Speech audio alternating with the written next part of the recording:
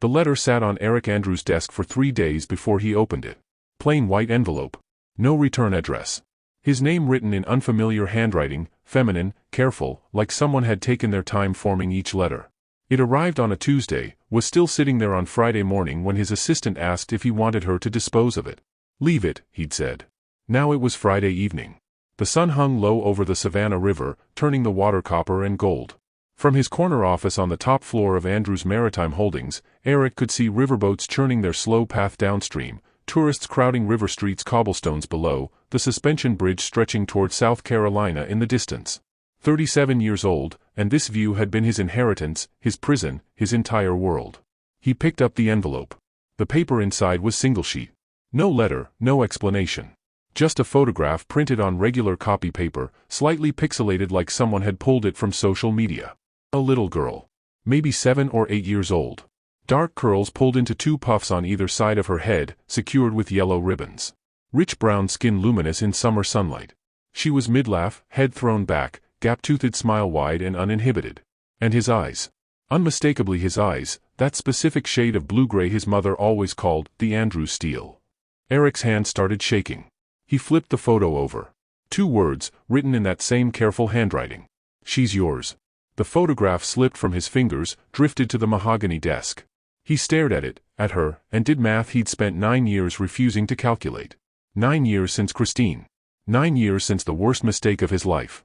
If this child was 7 or 8, if she was his, then Christine would have been pregnant. Christine had been pregnant when she left. No. The word came out hoarse. No, she would have told me. She would have. But she hadn't told him anything. She just vanished.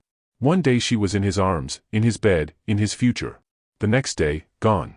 Her apartment abandoned mid-lease, her phone disconnected, her few Savannah friends claiming they didn't know where she'd gone.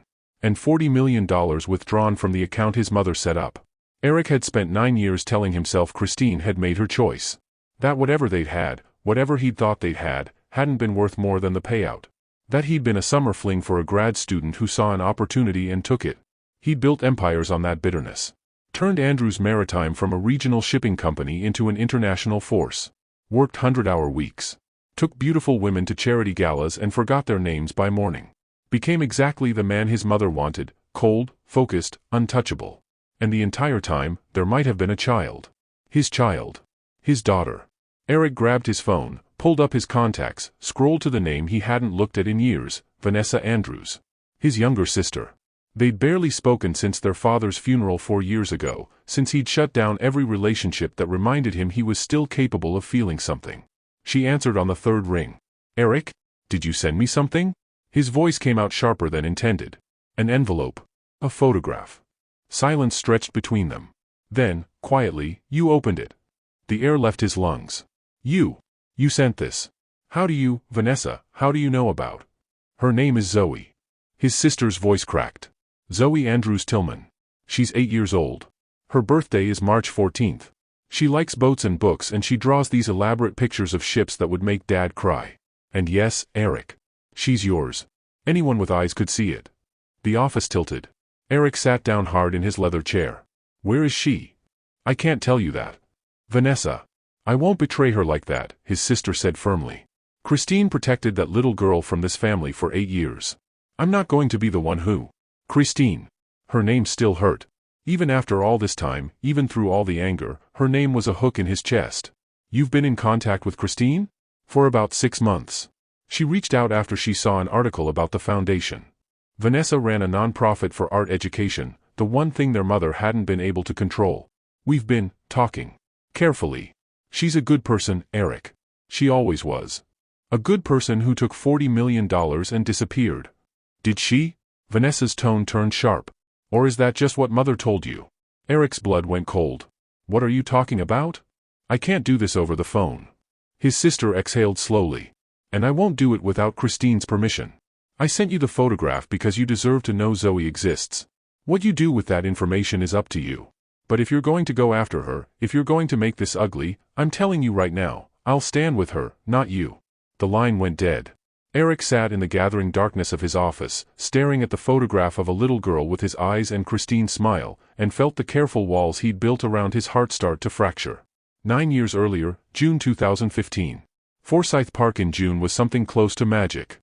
Erik had lived in Savannah his entire 28 years, had cut his teeth on humidity and history, but something about summer twilight in Forsyth Park still got him. The fountain at the center sprayed white water into the golden air. Massive live oaks draped with Spanish moss created canopies of shadow and dappled light. Families spread blankets on the grass. A guitarist played somewhere near the fragrance garden. He'd come here to think. To escape the quarterly board meeting where his mother had spent 3 hours explaining exactly how he was failing to live up to his father's legacy. To remember that Savannah was more than shipping manifests and profit margins. That's when he saw her. She sat cross-legged beneath an oak tree, sketchbook balanced on her knees, completely absorbed in whatever she was drawing. Late 20s, beautiful in a way that made his breath catch, rich brown skin, natural hair pulled up in a careless bun with curls escaping around her face, an old SCAD t-shirt and paint-stained jeans that suggested art student. She had a pencil tucked behind her ear and another in her hand, moving across the page in quick, confident strokes. Erik watched her for 30 seconds before he realized he was staring. Watched her for another 30 seconds because he couldn't seem to stop. Then she looked up. Their eyes met across 20 feet of sun-drenched grass, and something in Erik's chest went quiet. Just still. Like every restless part of him had been waiting for this exact moment. She smiled. Small, surprised, a little shy. He smiled back. And then, because 28 years of Southern upbringing and boarding school manners had to be good for something, he walked over. "I'm sorry," he said when he reached her tree. "I don't usually stare at women in parks." That sounded better in my head. She laughed. Warm and genuine, the kind of laugh that made him want to say ridiculous things just to hear it again. "It's okay. I was staring at the fountain, so fair trade." She tilted her sketchbook so he could see, an intricate drawing of the fountain's Baroque details, the water captured mid-spray in careful cross-hatching. "I'm trying to get the proportions right. It's harder than it looks. It's beautiful." He meant the drawing. He also didn't mean the drawing at all. "Thanks." She set the sketchbook aside, shaded her eyes to look up at him. "I'm Christine Tillman. I'm doing my graduate work at SCAD, art education." Erik. He hesitated for half a second, then decided against the last name. The Andrews name opened doors, but it also closed them. "Just Erik. Just Erik." Her smile widened. "Are you from Savannah, just Erik? Born and raised?" "You. Boston. I moved down here last fall for the program." She gestured to the space beside her. "You can sit, if you want. Unless you have somewhere to be." He had a dinner reservation at the old pink house with a woman his mother had introduced him to, some shipping heiress's daughter with the right pedigree and zero personality. He should go. He should absolutely go. Erik sat down. They talked for 3 hours. About Savannah and Boston, about art and business, about their families and their dreams and their fears. She told him she wanted to bring art education to underfunded schools, to give kids the creative outlet she'd found as a child growing up in Dorchester. He told her he was drowning in expectations he'd never asked for, trying to be someone he wasn't sure he wanted to be. "So why do it?" Christine asked. The sun had set, the park lights had come on, and somehow they'd ended up sitting close enough that their shoulders touched. "If you're that miserable, why stay? It's complicated." That's what people say when they're afraid of the simple answer. Erik looked at her, really looked at her. She was watching him with those warm brown eyes, patient and curious and completely unimpressed by his evasions. "My father built something," he said quietly. "And I'm terrified that if I walk away, I'm destroying his legacy. That I'm proving my mother right, that I'm not strong enough, not committed enough, not enough."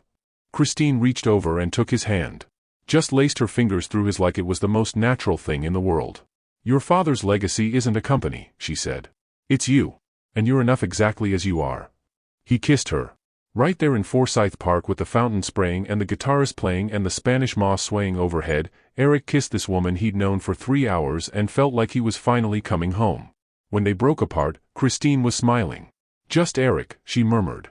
"I'm really glad you stopped to stare at me." "Me too." He pressed his forehead to hers. "Can I see you again? Tomorrow?" "Tomorrow, and the day after that, and the day after that." She kissed him again, soft and sure. "I'm not going anywhere." But she had gone somewhere.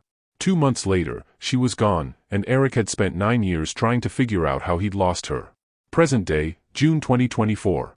The River House Gallery opening was the kind of event Erik normally avoided. Too many people, too much small talk, too many women who looked at him and saw dollar signs instead of a person. But Booker Hall had personally asked him to come. Booker, who'd been Erik's roommate at boarding school, his best friend through every disaster, and was now his business partner in a maritime consulting venture they'd started 3 years ago. "It's my future daughter-in-law's best friend's gallery opening," Booker had said. "Which means my fiancée will murder me if I don't show up, and she'll murder you if you don't show up, so we're both going." Erik had agreed because Booker was one of maybe 3 people in the world he gave a damn about. Now he stood in the renovated warehouse space on River Street, nursing bourbon and studying a series of watercolor paintings that somehow captured Savannah's summer light in shades of gold and amber. The gallery was packed, Savannah's art crowd mixed with tourists, everyone dressed in linen and sundresses, voices echoing off exposed brick walls. "These are something, aren't they?" Erik turned. Booker stood beside him, tall and lean in a pale blue shirt, locks pulled back, engagement ring glinting on his left hand. He'd been grinning like an idiot for 6 months straight, ever since Naomi Mitchell had said yes. "They're good," Erik agreed. "Who's the artist?" "Christine Tillman. She's a children's book author and illustrator out of Boston, big deal, apparently. Won a bunch of awards. Naomi's known her since college." Booker studied the painting. "She's in town for the wedding next month. Naomi convinced her to do a small show while she's here." Christine Tillman. The bourbon glass nearly slipped from Erik's hand. "Did you say?" His voice came out wrong. He cleared his throat, tried again. "Christine Tillman? Yeah. You know her work?" Erik's heart was a drumbeat, his pulse a roar.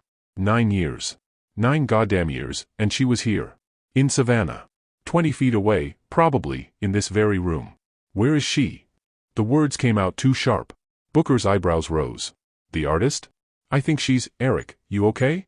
But Erik was already moving, scanning the crowd, searching for a face he'd spent 9 years trying to forget. And then he saw her. Christine stood near the back of the gallery, partially hidden behind a cluster of people examining her work.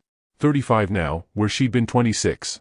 Her hair was different, natural curls falling past her shoulders instead of the bun she used to favor. She wore a sleeveless dress in deep amber that made her skin glow, simple gold jewelry, confidence in the way she held herself. She was somehow more beautiful than he remembered. And standing beside her, gripping her hand and staring up at the paintings with wide, wonder-filled eyes, was the little girl from the photograph. His daughter. Zoe. She had Christine's curls and smile. She had his eyes and the stubborn set of his jaw. She wore a yellow sundress with sailboats printed on it, and she was chattering excitedly about something, gesturing at the paintings with her free hand. Erik couldn't breathe. Christine bent down, whispered something to Zoe, smoothed one of her curls. The casual intimacy of it, the clear, absolute love, hit him like a physical blow. 8 years. Christine had been raising their daughter for 8 years. Alone. He started walking. The crowd seemed to part around him. Or maybe he just stopped seeing anyone else. There was only Christine, only Zoe, only the truth he'd been running from since that photograph landed on his desk. Christine looked up. Their eyes met across the gallery, and every carefully constructed wall Erik had built came crashing down. He watched her face go pale. Watched her grab Zoe's shoulder, pull the little girl close. Watched 9 years of anger and hurt and longing flash across her features in the space of a heartbeat. Then she lifted her chin, that stubborn gesture he remembered so well, and met his gaze with steady defiance. Erik stopped 3 feet away. Up close, he could see the tiny changes time had carved. Faint lines at the corners of her eyes. A scar on her collarbone he didn't remember. The way she held herself, not the carefree grad student he'd known, but a woman who'd weathered storms and come out stronger. Erik. His name in her voice was a knife. Soft, careful, laced with warning. Christine. He couldn't look away from her. Couldn't process that she was real, here, close enough to touch. "You're back." "Just visiting." Her arm tightened around Zoe. "We're not staying." The little girl was staring at him with open curiosity.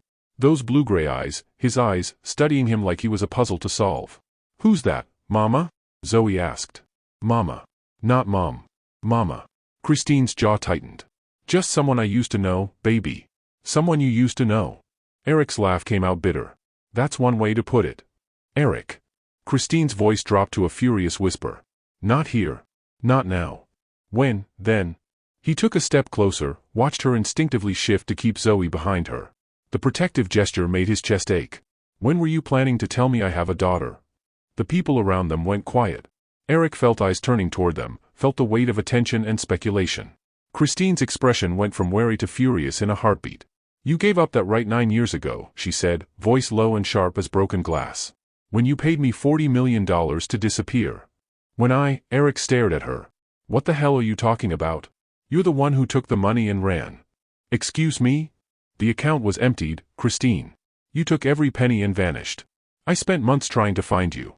I hired investigators. I called everyone you knew. You didn't want to be found. Christine was shaking her head, confusion and anger warring across her face. Your mother gave me that money. Your mother told me to leave or she'd destroy my family and make sure you never. She cut herself off, glanced down at Zoe, who was watching them with wide, worried eyes. We need to talk, Christine said tightly. But not here. Not like this. Agreed. Erik pulled a business card from his wallet, held it out. Tomorrow. My office. Noon. Christine didn't take the card. I don't think. Please. The word came out rougher than intended. Christine, please. I deserve answers. And if, he looked at Zoe, felt his heart crack open.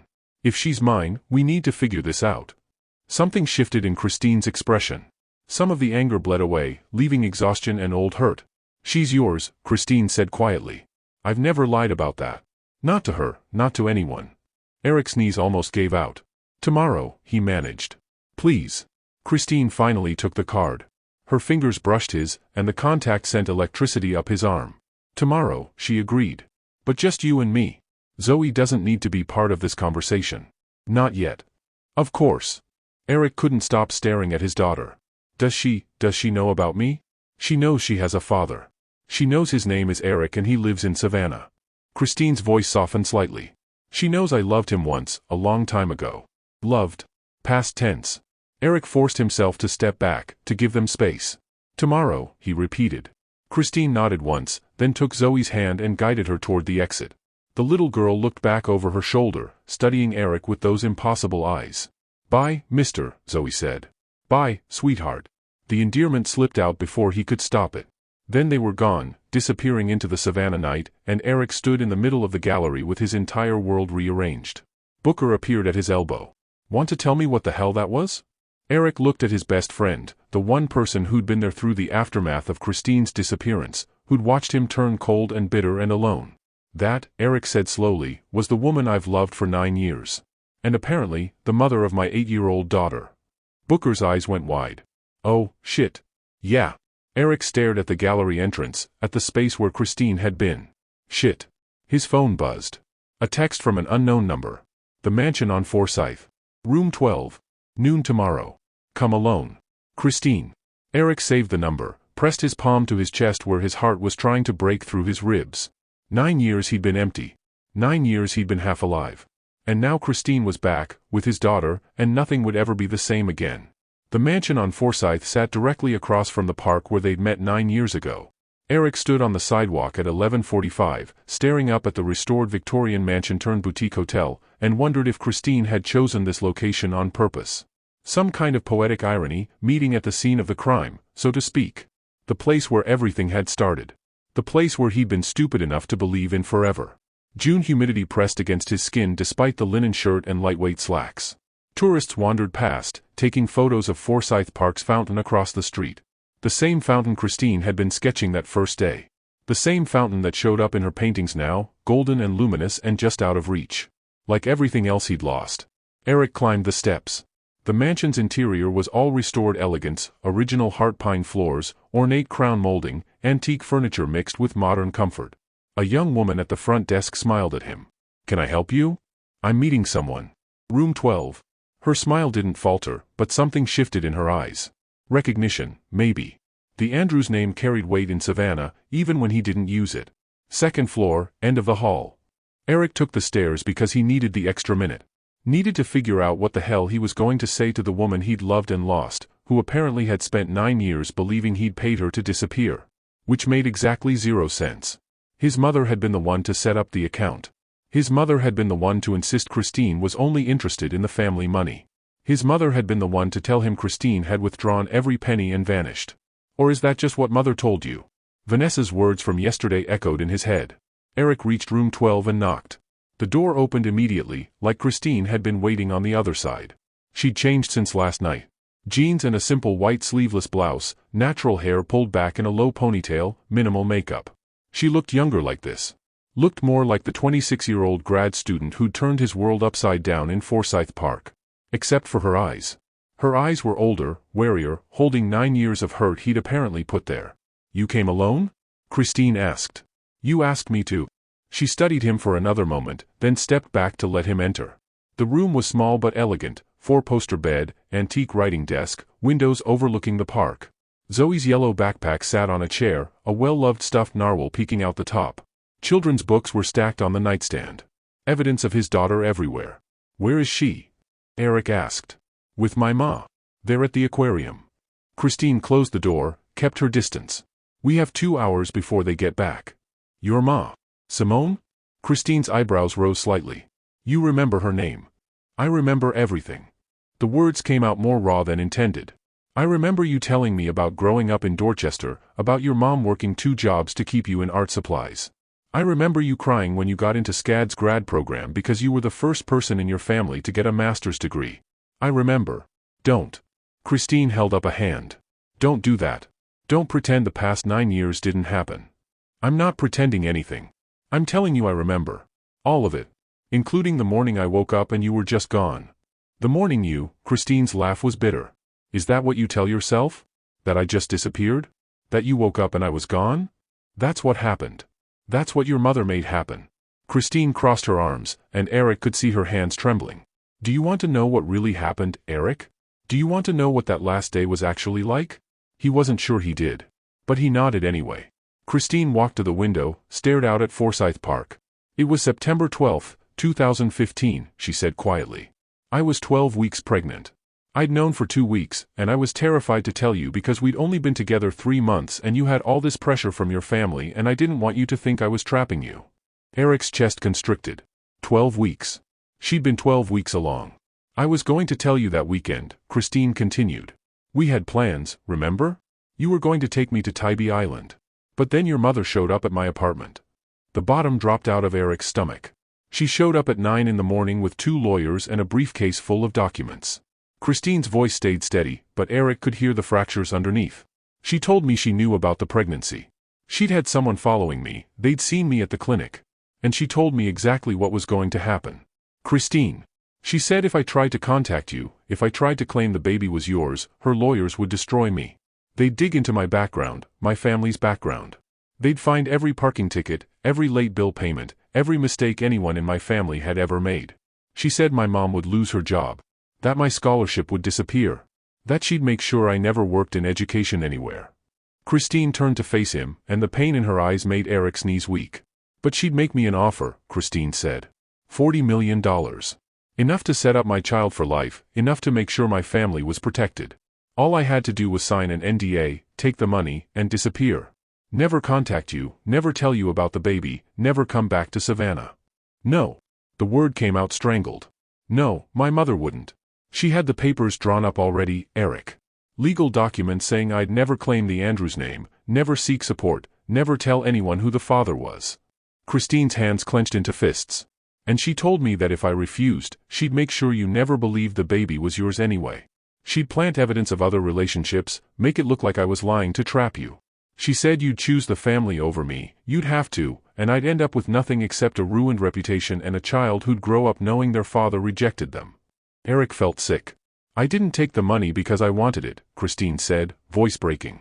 I took it because I was 26 years old and terrified and alone, and your mother made it very clear that fighting her would destroy everyone I loved. So I signed the papers. I took the money. And I left. Why didn't you tell me? Erik's voice came out hoarse. Christine, why didn't you? Tell you what? That your mother threatened me? You would have gone to her, and she would have denied everything. The lawyers would have backed her up. And you would have had to choose, your family and your father's legacy, or a grad student you'd known for 3 months who was claiming to be pregnant with your baby. Christine's eyes filled with tears. I couldn't put you in that position. And I couldn't risk her following through on those threats. Erik crossed the room before he could think better of it, reached for her. Christine stepped back. Don't touch me. Christine, please. You want to know the worst part? Tears spilled down her cheeks. I waited. For months, I waited for you to come after me. I thought maybe you'd figure it out, maybe you'd find me, maybe you'd tell me none of it mattered and we'd find a way through it together. But you never came. I did come. Erik's own eyes burned. Christine, I looked for you. I hired 3 different investigators. I went to Boston, talked to everyone at SCAD, called every number I could find. You disappeared. And when I confronted my mother, she showed me bank statements. The account she'd set up, $40 million, all withdrawn. She told me you'd taken the money and run. Christine went very still. She told you I took the money. Yes. Did you believe her? The question hung between them like a blade. Erik wanted to lie. Wanted to say he'd never doubted, never believed Christine could be bought. But they'd both had enough lies. I didn't want to believe it, he said quietly. But you were gone. The money was gone. And my mother had proof, withdrawal records, wire transfers, everything. What was I supposed to think?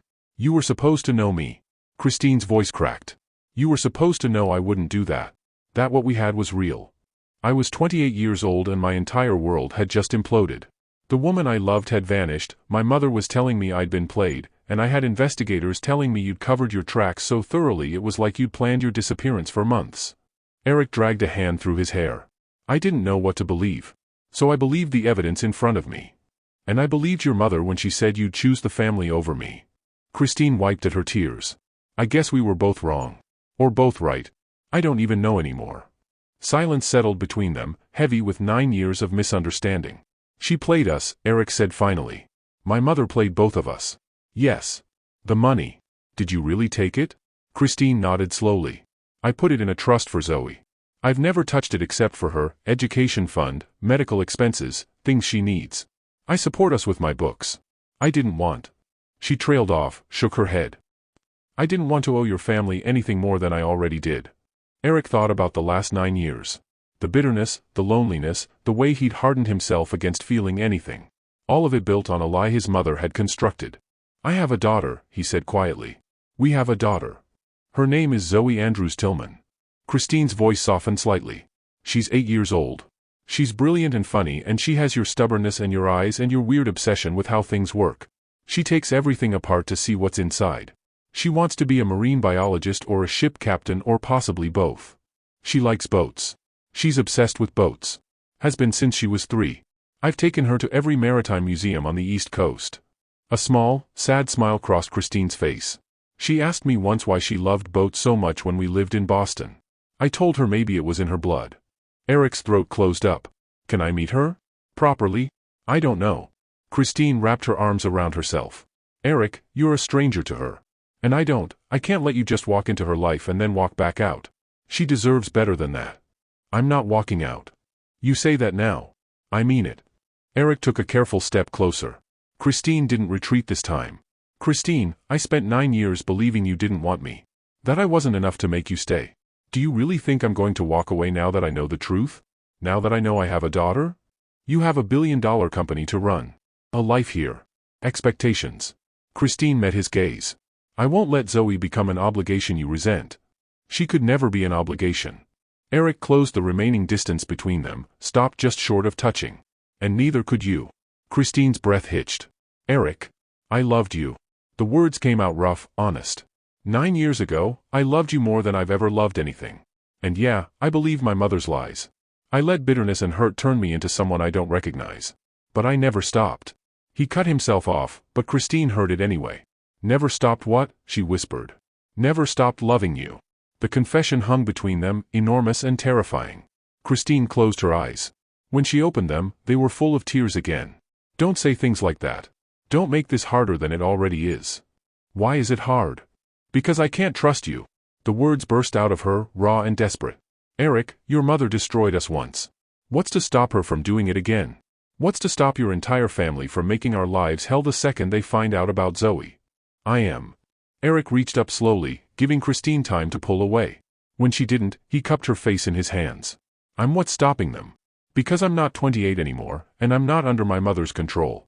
I'll protect you. Both of you. I swear to God, Christine, I'll protect you. You can't promise that. Yes, I can. He brushed his thumb across her cheekbone, caught a falling tear. Give me a chance. 1 month. Let me prove I'm not the same man who let you go. Let me know our daughter. Let me. 1 month. Christine's voice shook. We're here for my goddaughter's wedding.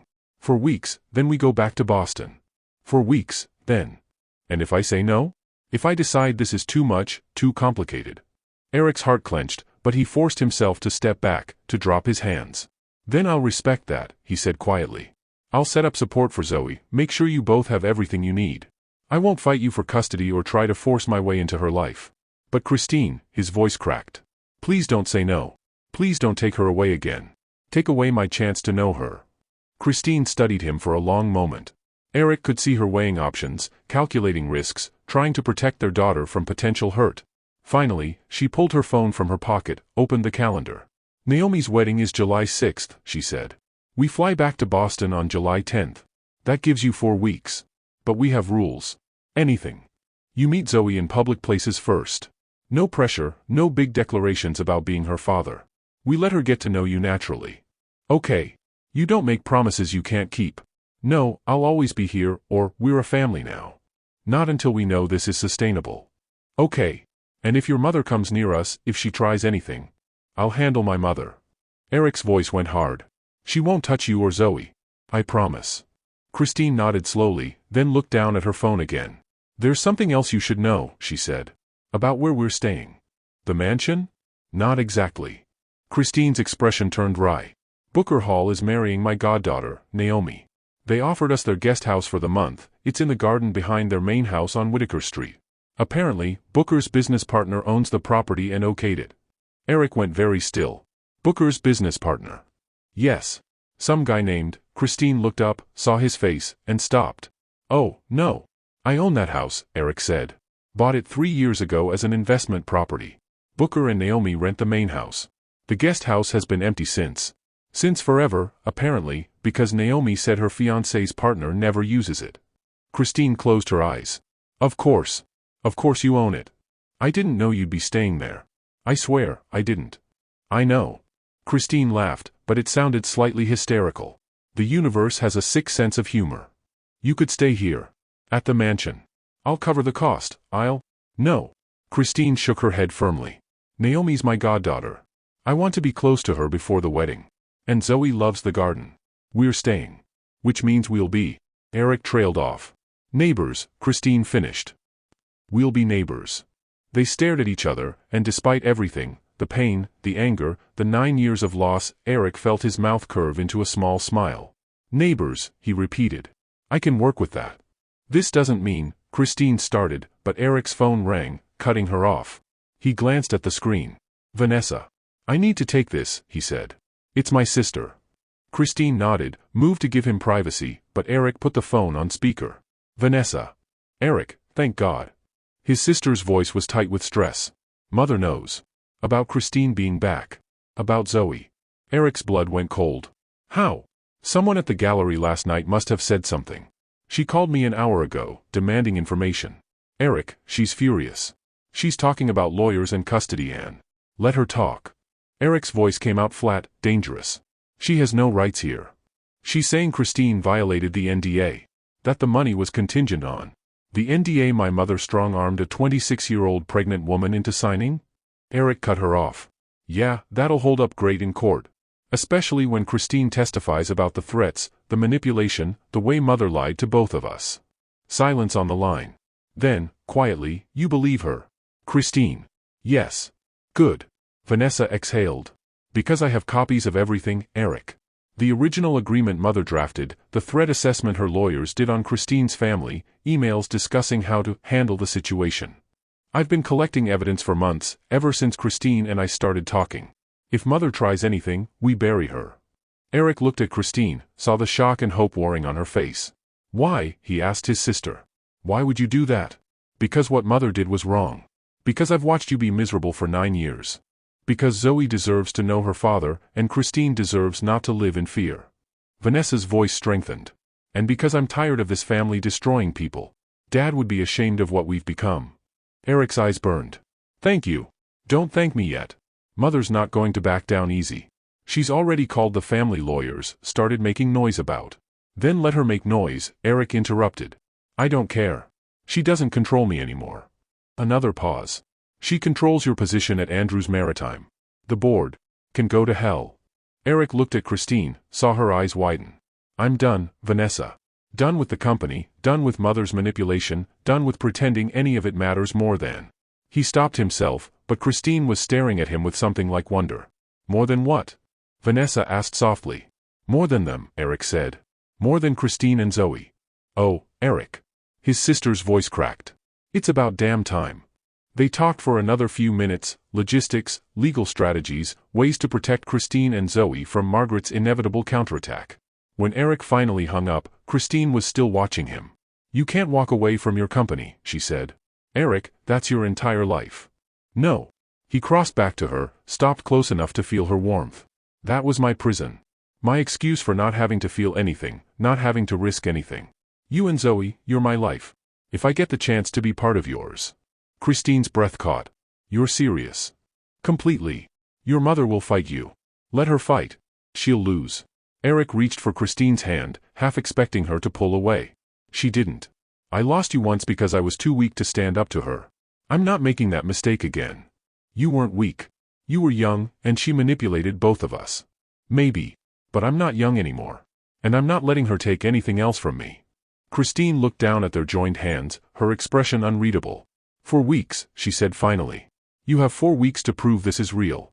That you can protect us, that you want to be in Zoe's life for the right reasons. That you're not going to wake up one day and resent us for what you gave up." "I won't." "You can't know that." "Yes, I can." Erik lifted her hand, pressed it to his chest where his heart was hammering. "Feel that?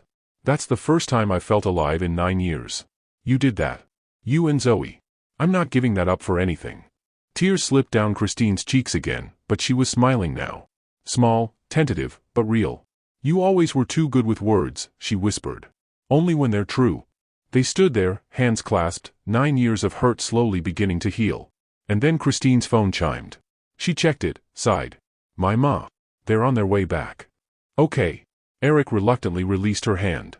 "When can I see you again? Both of you?" Christine thought for a moment. "Tomorrow. There's a farmer's market at Forsyth Park on Sunday mornings. We're planning to go around 10. You could accidentally run into us." "Accidentally?" Erik couldn't stop smiling. "I can do that." "And Erik?" Christine caught his arm as he turned toward the door.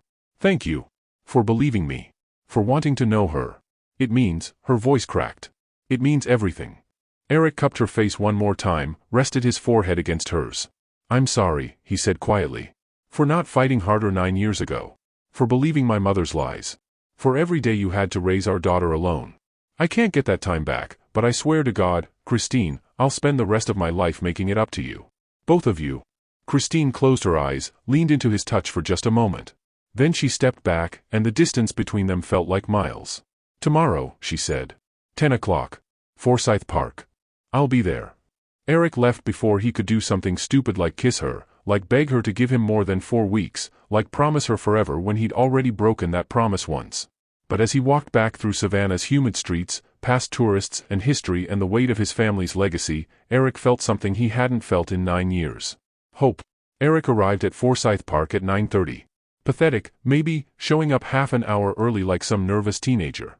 But he'd been awake since 5, had changed clothes 3 times, and had spent 20 minutes staring at his reflection wondering what the hell you were supposed to wear to accidentally meet your 8-year-old daughter for the first time. He'd settled on jeans and a gray Henley. Casual. Approachable. Not the CEO uniform Christine had known 9 years ago, not the 3-piece suits he wore to intimidate board members. Just him. Whoever that was anymore. The farmer's market sprawled across the north end of the park, white tents selling produce and baked goods and handmade crafts, the smell of fresh bread and coffee mixing with the ever-present scent of magnolia and summer heat. Families wandered between stalls, children darting around with popsicles and fresh peaches, a bluegrass band setting up near the fountain. The fountain where he'd met Christine. Erik bought coffee he didn't want from a vendor, found a bench with a clear view of the main pathway, and waited. They appeared at 10:03. Christine wore a sundress in deep purple, her natural curls loose around her shoulders, sunglasses pushed up on her head. She carried a canvas tote bag already bulging with vegetables. Beside her, Zoe skipped more than walked, yellow shorts and a white t-shirt with a cartoon octopus on it, those curls pulled into 2 puffs again, this time with purple ribbons that matched her mother's dress. Erik's heart stopped. She was real. His daughter was real, and she was beautiful, and she was right there. Christine spotted him across the crowd. Even from 20 feet away, Erik saw her take a deep breath, saw her bend down to say something to Zoe. The little girl looked in his direction, tilted her head with open curiosity. Then Christine took Zoe's hand and walked toward him. Erik stood, nearly knocked over his untouched coffee, caught it at the last second. "Well, this is a surprise," Christine said when they reached him. Her tone was light, but her eyes held a question. are you ready for this? Erik nodded, not trusting his voice. Zoe, baby, you remember the man from the gallery? The one Mama used to know? Zoe studied him with those impossible blue-gray eyes, his eyes, solemn and assessing in a way that reminded Erik painfully of himself. You're Erik, she said. It wasn't a question. I am.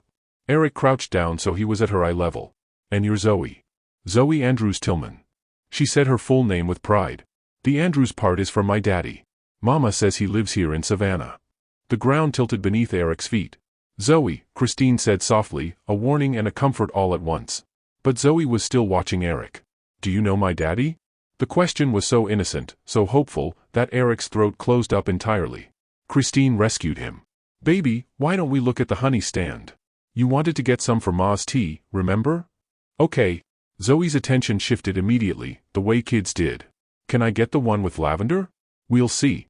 As Christine started to guide Zoe away, the little girl looked back at Erik. Are you going to be here for a while? She asked. Erik found his voice. Yeah, I'll be around. Okay. Maybe I'll see you later then. She skipped off toward the honey vendor, and Christine lingered for just a moment. Erik started. I know. Christine's expression was complicated, sad and scared and something that might have been hope. Give us 10 minutes, then you can wander by the honey stand. Accidentally, Erik repeated. Christine almost smiled. Then she followed their daughter into the crowd. Erik sat back down, his hands shaking. Do you know my daddy? God. He was her daddy, and she didn't know, and Christine was right, they couldn't just spring this on her. But the not knowing was killing him. He waited 12 minutes, counted every one of them, then made his way toward the honey stand. Zoe was debating seriously between lavender honey and wildflower honey, holding both jars up to the light like she could divine the answer from their amber glow. Christine stood behind her, patient, one hand resting on Zoe's shoulder. The lavender is good for Ma's tea, Zoe was explaining to the vendor, an older white woman with kind eyes. But the wildflower is better for toast. Which is more important, tea or toast? That's quite the philosophical question, Erik said. Zoe spun around, face lighting up. You came back. I was just looking around. Saw you over here having a serious discussion. It's very serious. This is an important decision. Erik pretended to consider both jars with great solemnity. What if you got both? Zoe's eyes went wide. Both? Zoe, honey, that's expensive, Christine started. I'll get them, Erik said quickly. Consider it a welcome to Savannah gift. Christine opened her mouth, probably to refuse, but Zoe was already beaming at him. Really? You do that? Absolutely. Can't have you compromising on tea or toast. That's unacceptable. Zoe giggled, a sound that went straight to Erik's heart and took up residence there. Mama, he's funny, Zoe announced. Yeah, baby. He is. Christine's voice was soft, and when Erik looked at her, her eyes were suspiciously bright. Erik bought both jars of honey, plus a third one with honeycomb because Zoe's face when she saw it was too much to resist.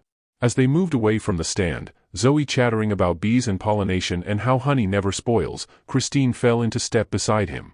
You're a natural, she murmured. I'm terrified. Good. That means you care.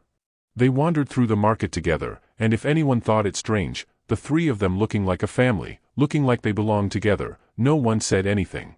Zoe darted between stalls, pointing out tomatoes and fresh bread and a stand selling hand-carved wooden boats that made her stop dead in her tracks. Mama, look. The boats were beautiful, detailed replicas of different vessels, from simple sailboats to elaborate schooners. Zoe stood transfixed, her fingers hovering over a model of a clipper ship. That's a clipper, Erik said, crouching beside her again. They were the fastest sailing ships in the mid-1800s. Used for trade routes where speed mattered more than cargo space. Zoe looked at him with something like awe. How do you know that? I work with ships.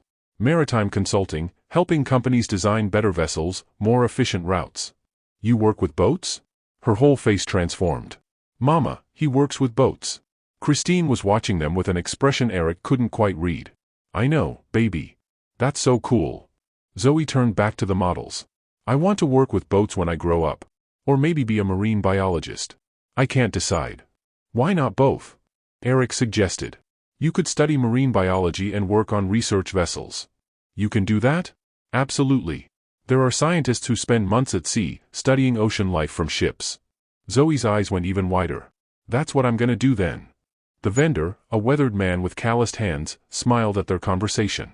You've got a good eye, young lady. That clipper's my finest work. How much? Erik asked. Erik, no, Christine started. But the vendor named a price, and Erik was already pulling out his wallet. Consider it an investment in a future marine biologist, Erik said. You don't have to. I want to.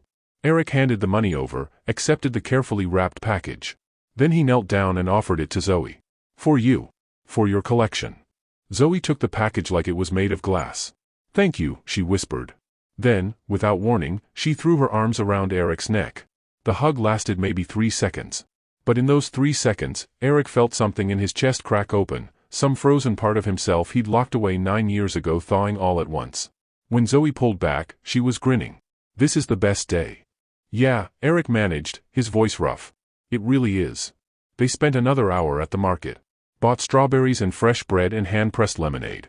Zoe talked nonstop, about Boston and her school and her best friend Maya and the book her mama was working on. Erik listened to every word like scripture, memorizing the sound of her voice, the way she gestured when she got excited, the gap in her front teeth when she smiled. And Christine watched them both with eyes that held 9 years of grief and hope tangled together. When they finally left the market, Zoe's hand somehow found its way into Erik's. Small and trusting and absolutely terrifying. Will you walk us home? Zoe asked. We're staying in a house with a garden. There's a fountain, but it's smaller than the big one. And Mama says there might be frogs. Erik looked at Christine over Zoe's head. She nodded slightly. I'd love to, he said. The walk to Whitaker Street took 15 minutes. Zoe filled the entire time with a running commentary about everything they passed, the houses, the squares, a cat in a window, a dog being walked. When they reached the historic home Booker and Naomi rented, Zoe pulled them around to the garden. See? I told you there was a fountain. The guest house sat at the back of the property, separated from the main house by a lush garden, camellias and azaleas, a small fountain trickling water over stone, wrought iron furniture under a pergola draped with wisteria.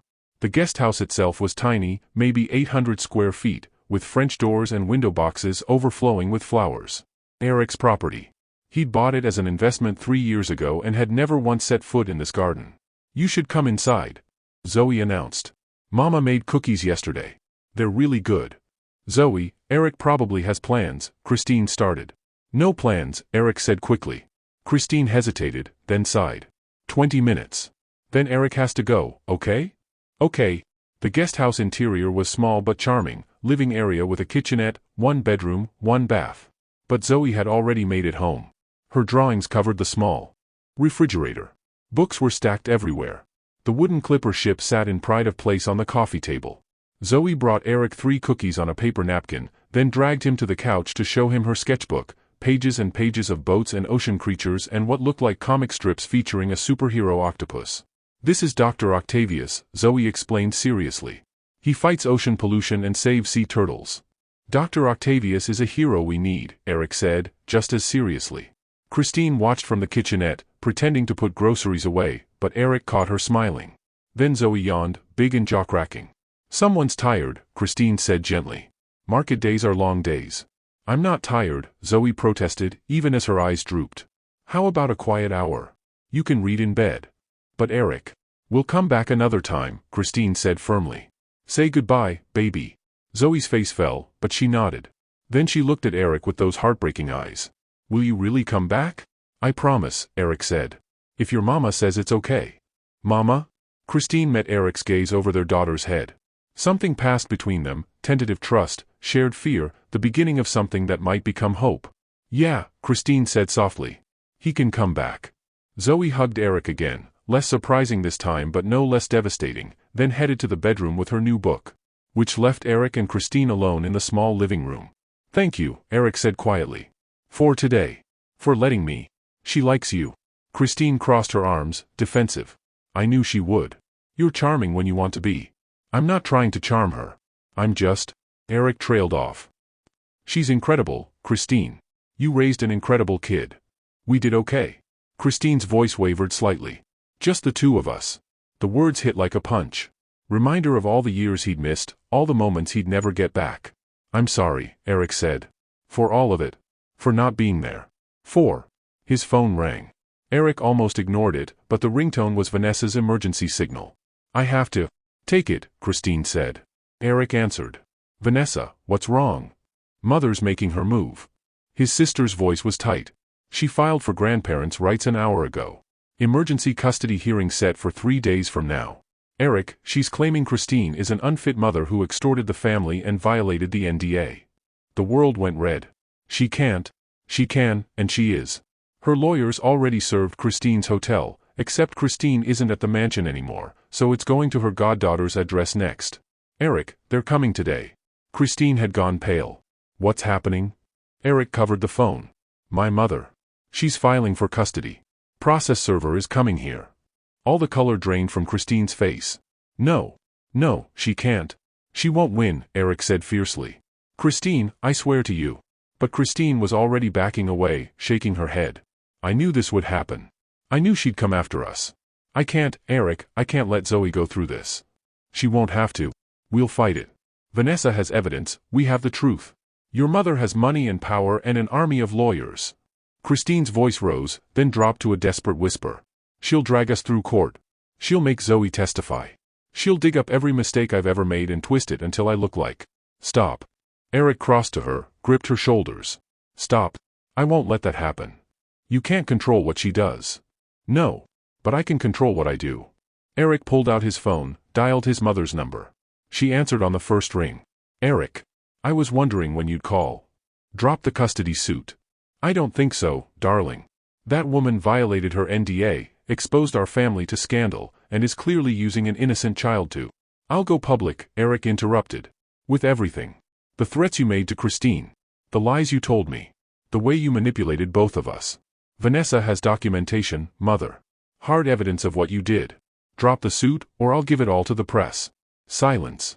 Then, you wouldn't dare. The scandal would destroy the company.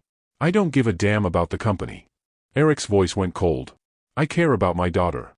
And if you try to take her from her mother, if you put either of them through a custody battle, I will burn down every single thing you've built. Starting with your reputation. She's turned you against your own family. You did that yourself 9 years ago. Erik looked at Christine, saw tears streaming down her face. Withdraw the filing. Today. Or I start making calls to every media outlet in Georgia. Erik. Today, mother. You have until 5 o'clock. He hung up. Christine was staring at him. You just threatened your mother. Yes. She'll retaliate. She'll come after you, the company. Let her. Erik reached for Christine's hands. I meant what I said. I'm done letting her control my life. I'm done choosing her over people I love. Erik. The guest house door burst open. A man in a cheap suit stood there, holding an envelope. Christine Tillman? Don't answer that, Erik said. But the man had already dropped the envelope on the floor. You've been served. Custody hearing Monday, 9 a.m., Chatham County Courthouse. Then he was gone. Christine stared at the envelope like it was a snake. From the bedroom, Zoe called out, Mama? What's happening? Nothing, baby. Christine called back, voice breaking. Then, to Erik, you need to go. Christine. Please. I need to think. I need to, she wrapped her arms around herself. This is exactly what I was afraid of. This is why I stayed away. We'll fight it. Together. There is no together. The words burst out of her, raw and desperate. There's you, with your billions and your family name and your power. And there's me, a single black mother who took $40 million 9 years ago. Who do you think the judge is going to believe? We have the truth. The truth doesn't matter. What matters is what your mother's lawyers can make people believe. And they're going to paint me as a gold digger who got pregnant to trap you, took the money, and now wants more. Christine's voice cracked. They're going to try to take my daughter away from me. Erik felt his heart breaking. I won't let them. You can't stop them. Yes, I can. Christine, please. Mama? Zoe appeared in the bedroom doorway, clutching her stuffed narwhal. Why are you crying? Christine immediately wiped her eyes, forced a smile. I'm okay, baby. Just grown-up stuff. Is Erik leaving? Yeah, sweetie. He has to go. Zoe looked at Erik, those blue-gray eyes, his eyes, full of confusion. But you said you'd come back. Erik crouched down. I will come back. I promise. Erik, Christine's voice held a warning. But Erik kept his gaze on Zoe. Sometimes grown-ups have complicated stuff to figure out. But I meant what I said. I'll come back. Okay? Zoe nodded, then surprised him by hugging him again. Okay, she whispered. Erik hugged her back, memorizing the feel of her small arms around his neck, the strawberry smell of her shampoo, the weight of her trust. Then he stood, met Christine's eyes across the small room. "I'll fix this," he said quietly. "I swear to you, I'll fix this." "Just go," Christine whispered. Erik went. But as he walked back through the garden, pulled out his phone, and started making calls, he made himself a promise. He'd failed Christine once. He wouldn't fail her again. And if that meant going to war with his own mother, burning down his entire life, walking away from everything he'd ever known, so be it. The next 72 hours were a blur of lawyers and strategy sessions and increasingly vicious phone calls with his mother. Vanessa delivered the evidence she'd been collecting: emails, recorded conversations, financial documents that proved Margaret Andrews had orchestrated Christine's departure with calculated precision. Erik's lawyer reviewed everything and declared it damning. This would destroy her in court, the lawyer said. If it went public, it would destroy the whole family. Good, Erik said. But Margaret didn't withdraw the custody filing. Instead, she doubled down. Leaked the story to the press. Billionaire heir's secret love child hit the Savannah morning news on Thursday. By Friday, it had gone national. Erik's phone wouldn't stop ringing. Reporters camped outside Andrews' Maritime Holdings. Photographers followed him from his penthouse to his office. And Christine stopped answering his calls. He went to the guest house Friday evening. Banged on the door for 10 minutes. Finally, Booker appeared from the main house. "She doesn't want to see you, man." Booker. The press found her yesterday. Followed her and Zoe to the park. Some asshole photographer got in Zoe's face, started asking questions about her father. Booker's expression was hard. That little girl was terrified, Erik. And Christine is this close to packing up and going back to Boston early. Erik felt sick. "I didn't know. I've been trying to keep them away." "You can't keep them away. Not when your mother's feeding them the story." Booker crossed his arms. "Look, I know you care about them. Naomi's told me about you and Christine, what happened 9 years ago. And I'm sorry, truly. But Christine's first priority is protecting Zoe. And right now, you're the threat. I'm trying to protect them." "Are you?" "Because from where I'm standing, you brought a war to their doorstep." The words hit like a slap. "Tell her." Erik's voice cracked. "Tell her the custody hearing is Monday. Tell her my lawyer is the best in the state. Tell her I'm going to end this." Booker nodded slowly. "I'll tell her." "And Booker?" "Tell her I'm sorry. For all of it. You can tell her yourself. When you've actually fixed this." Erik went home to his empty penthouse and stared at his phone until midnight. Then he made a decision. Saturday morning, he walked into Andrews' Maritime Holdings and submitted his resignation as CEO. Saturday afternoon, he held a press conference. 9 years ago, he said, looking directly into the cameras, I fell in love with an incredible woman named Christine Tillman. We were planning a future together. But my mother, Margaret Andrews, threatened Christine and her family. She paid Christine $40 million to disappear, lied to both of us, and kept us apart for 9 years. During that time, Christine raised our daughter, my daughter, Zoe, alone. She's been an extraordinary mother. And now my mother is trying to take Zoe away from her through a frivolous custody suit designed to punish Christine for daring to come back to Savannah. The room erupted. Erik kept talking. I'm releasing all documentation of my mother's actions to the press. You'll see the threats, the manipulation, the lengths she went to in order to control my life. And I'm stepping down from Andrews' Maritime Holdings, effective immediately. I will not be part of a company that my mother uses as a weapon against people I love. He looked directly into the camera. Christine, if you're watching this, I'm sorry. For not being strong enough 9 years ago. For not protecting you and Zoe from this. But I'm strong enough now. And I'm not going to let anyone hurt our family ever again. The press conference exploded into chaos. Erik walked out, drove straight to Whitaker Street, and found Christine standing in the garden. She'd been watching. He could see it in her face, shock and fear and something that might have been hope. You just destroyed your mother on national television, she said. Yes. You gave up your company. Yes. Erik. I love you. The words came out fierce, certain. I loved you 9 years ago, and I love you now, and I love our daughter. And I will do whatever it takes to protect you both. Even if that means burning down my entire world. Christine's eyes filled with tears. She's going to retaliate. Let her. She'll come after you. After us.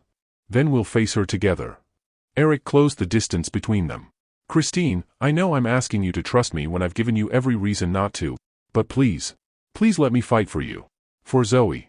For us. Christine stood there, tears streaming down her face, 9 years of hurt and hope warring in her expression. Then, from the guest house, Zoe appeared. Mama?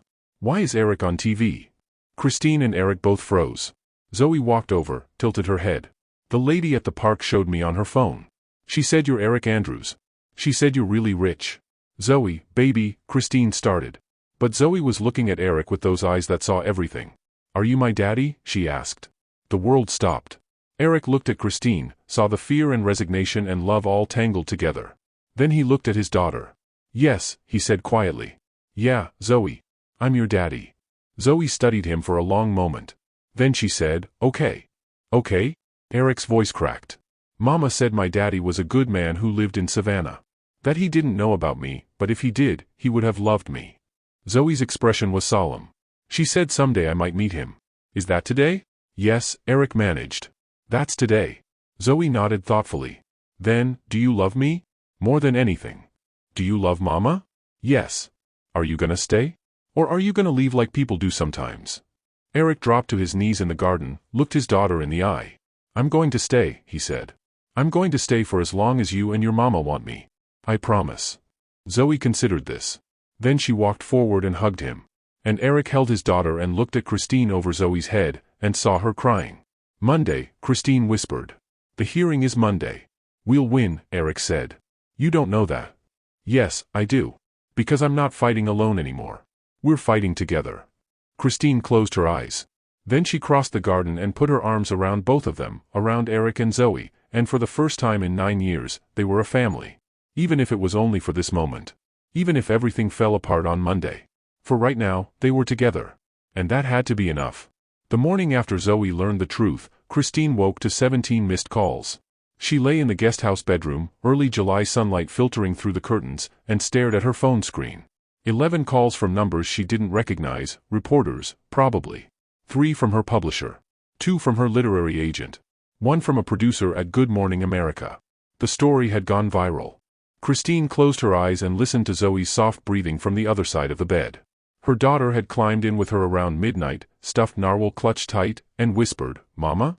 Is it okay that I'm happy? About what, baby? About having a daddy now. Christine had held her daughter and cried silently into the darkness. Yeah, sweet girl. That's okay. Now, in the pale morning light, Christine scrolled through the news alerts on her phone. Billionaire Erik Andrews exposes mother's scheme to separate him from secret daughter. Andrews Maritime CEO resigns in dramatic press conference. Margaret Andrews faces backlash after son reveals 9-year cover-up. The articles ranged from sympathetic to sensational. Some painted Christine as a victim. Others still used phrases like alleged threats and claimed manipulation. One gossip site had already dug up her college photos, was speculating about her motives. But the worst was the comment sections. Gold Digger finally got what she wanted, his money and his name. Convenient timing, coming back right when the kid's old enough to understand what she's owed. He's too good for her. She trapped him 9 years ago and she's trapping him now. Christine's hands shook.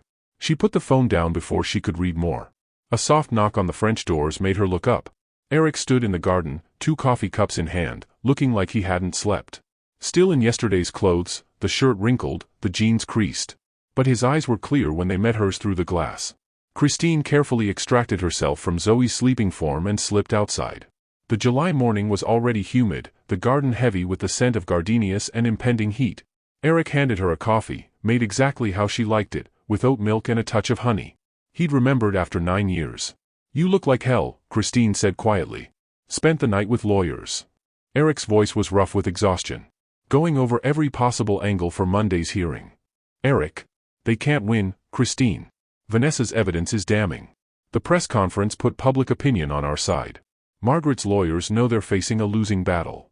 Then why hasn't she withdrawn the suit? Erik's jaw tightened. Pride. Spite. She'd rather go down fighting than admit she was wrong. Christine sipped her coffee, stared at the small fountain trickling peacefully in the corner. I read the comments. Online. People think I'm using you. Using Zoe. People are idiots. Some of them have a point. Christine's voice dropped. I did take the money, Erik. $40 million. That's not nothing. You took it to protect our daughter. To protect your family from my mother's threats. Erik set his coffee down, turned to face her fully. Christine, you were 26 years old and pregnant and terrified. You did what you had to do. There's no shame in that. The judge might see it differently.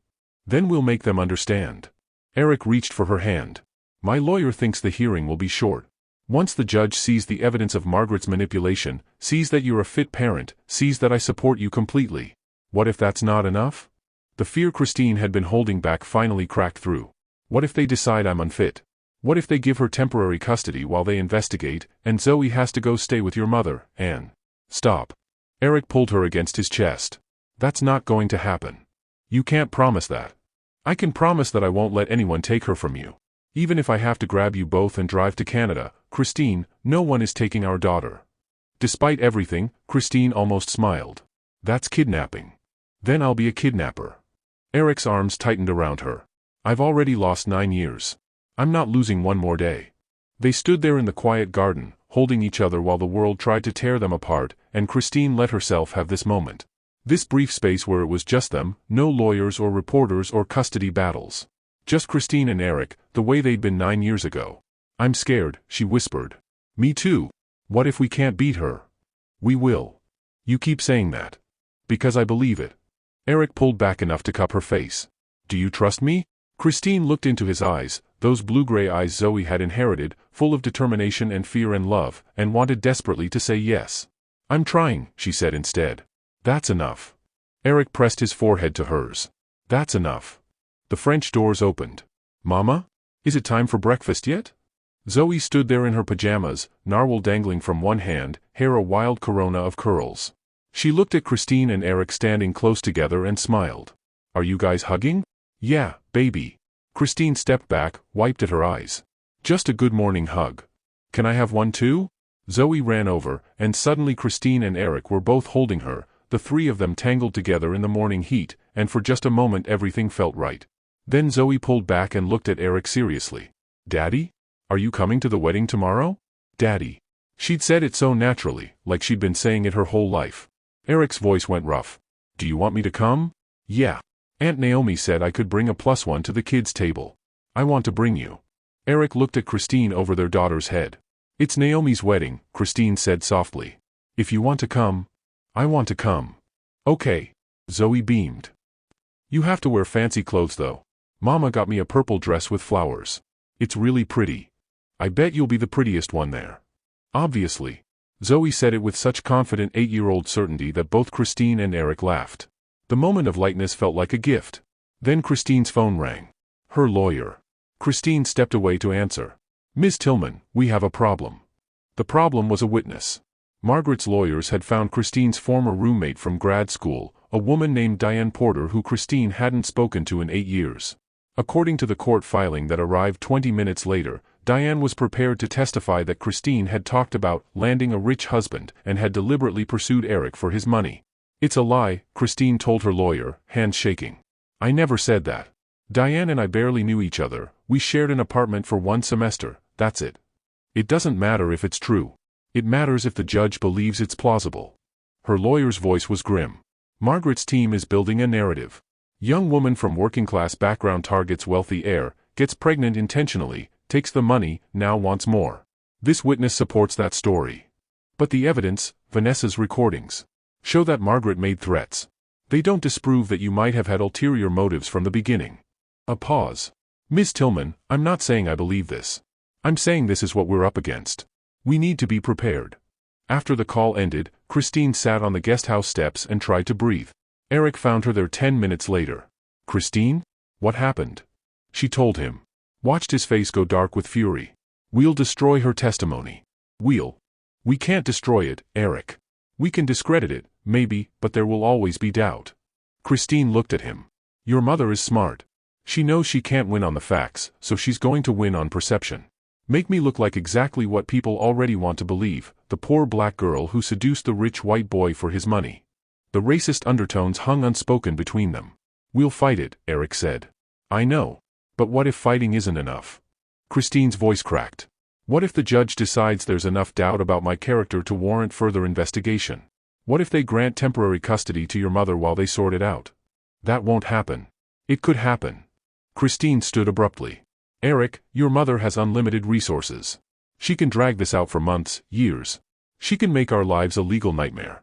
And all the while, Zoe is caught in the middle, being questioned and evaluated and treated like a piece of property instead of a little girl. So what do you want to do? Erik's voice was quiet. Give up?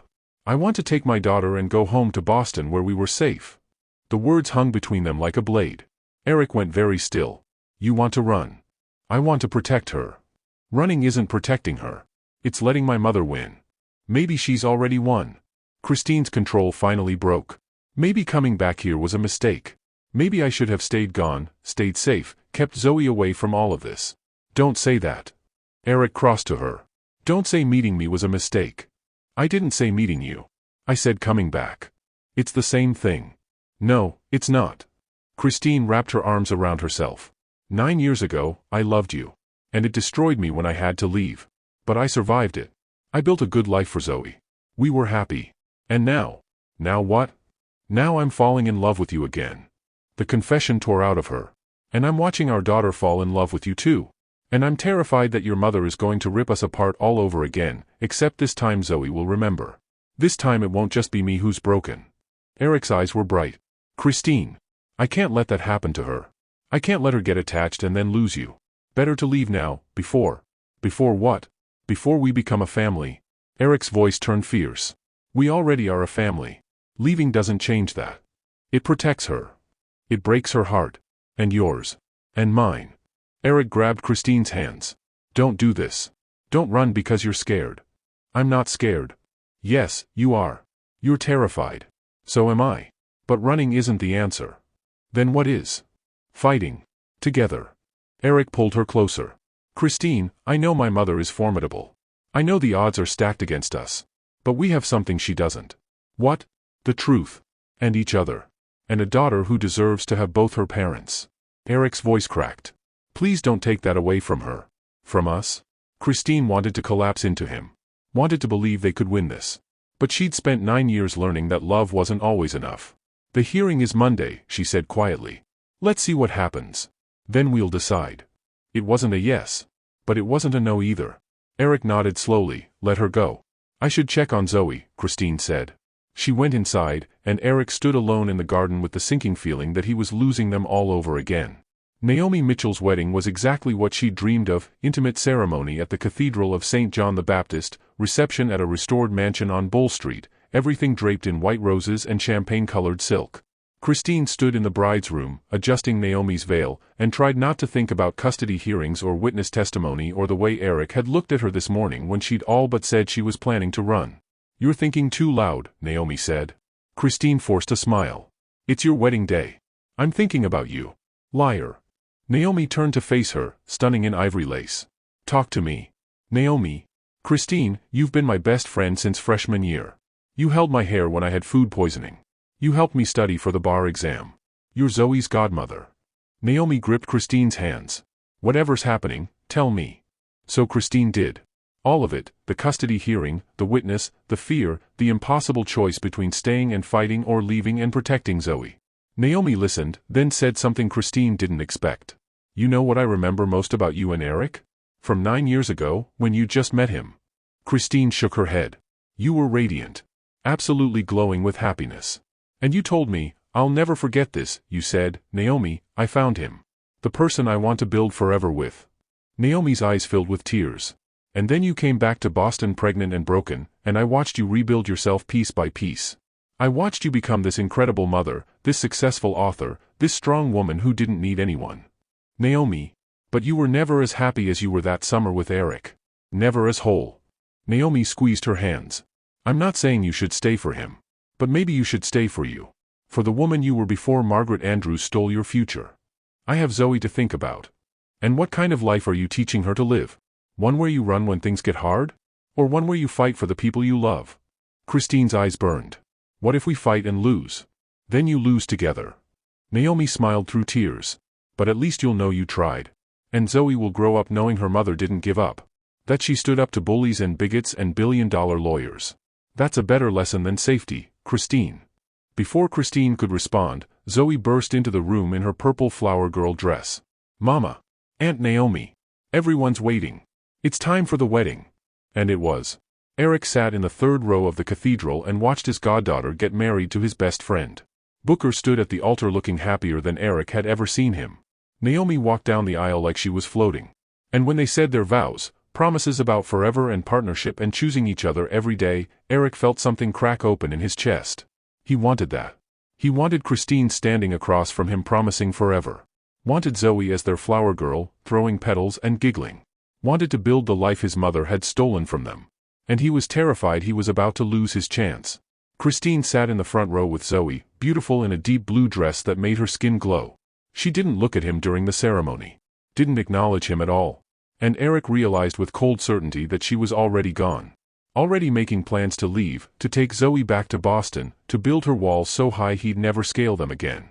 The reception was elegant chaos, dancing and champagne and speeches about love conquering all. Zoe dragged Erik to the kids' table, insisted he try the fancy chicken. It's just regular chicken, Daddy, but they put sauce on it, and told him detailed stories about every single person in her second-grade class. Erik listened to every word and memorized every moment, terrified these might be his last hours with his daughter.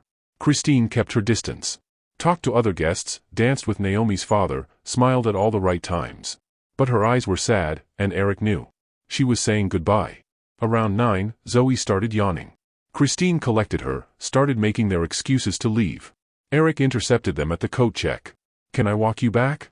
Christine hesitated, then nodded. The walk to Whitaker Street was quiet. Zoe dozed against Erik's shoulder. He'd picked her up without thinking, and she'd wrapped her arms around his neck and fallen asleep immediately.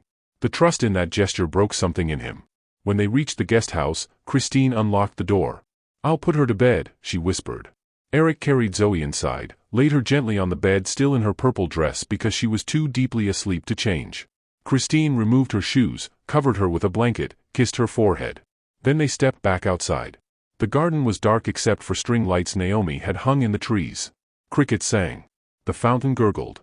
Savannah summer wrapped around them like an embrace. Christine. Don't. She held up a hand. Please don't make this harder. You're leaving. After the hearing.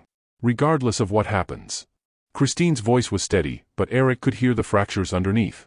If we win, your mother will appeal. If we lose, we'll be fighting for months. Either way, Zoe gets hurt. So I'm taking her home. Boston isn't home. Savannah is home.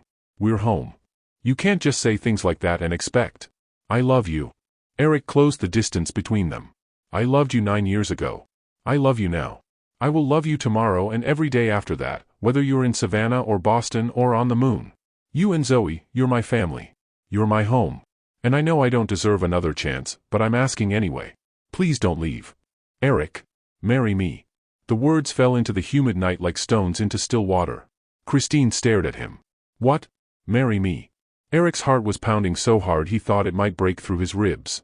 Not because of the custody battle, not because it would look good to the judge. Marry me because I can't imagine spending another day without you. Because Zoe deserves to have both her parents. Because 9 years ago I let you go, and I've regretted it every single day since. You can't, we barely, Erik, we've been back in each other's lives for 3 weeks. I've been in love with you for 9 years. That's not how this works. You can't just propose. Why not? Erik reached for her hands. Christine, I know the timing is terrible. I know we have 1,000 things to figure out. I know my mother is going to make our lives hell. But I also know that I want to wake up next to you every morning. I want to make Zoe pancakes shaped like boats. I want to grow old with you and argue about stupid things and build the life we were supposed to have before everything went wrong.